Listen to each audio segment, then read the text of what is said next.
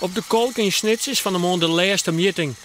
Dit is het start- en finishplak voor 12.000 deelnemers. Rayon Hart Knossen en ijsmaster Adema hoop je op minimaal 15 centimeter. Dit is 10, dus een hele centimeter zit hier. En dat is nog wat weg, hè? En wat betekent dat, Knossen? Een hele centimeter, dan hebben we dus in ieder geval zo'n 8 kwart. Ja, minimaal. Dus het ligt net zo goed. De Alphenmaretocht rint 120 kilometer tot de Zuidwesthoeken. De tocht is meestentijds de generale voor de Alverstedentocht. En ook de spanning over het wol of net teruggaan is hartstikke groot.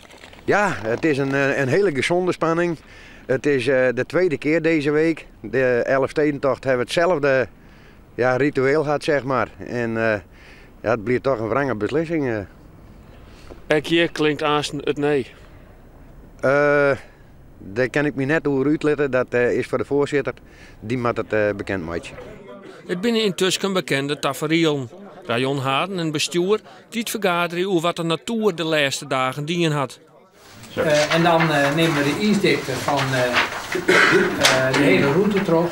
En het rijketier werd duidelijk dat het haast kan, maar dat het net verantwoorden is. Op 2 plakken op de route, op de kolk in Snits en bij de bregen van wat zijn, is het ijs net dik genoeg. Helaas, deze 2 kniepenpunten konden wij net oors besluiten, maar pijn in het hart, want we willen ze graag rijden. En ik weet dat meesten die tocht hebben wel naar Zafelen hier, maar het kan net. Intussen is de wille op het ijs er net minder om. Er wordt om raak rijden, maar wat hier ze graag de Alphenmaretocht organiseren willen. Ik vind het zonde, want we winnen haast.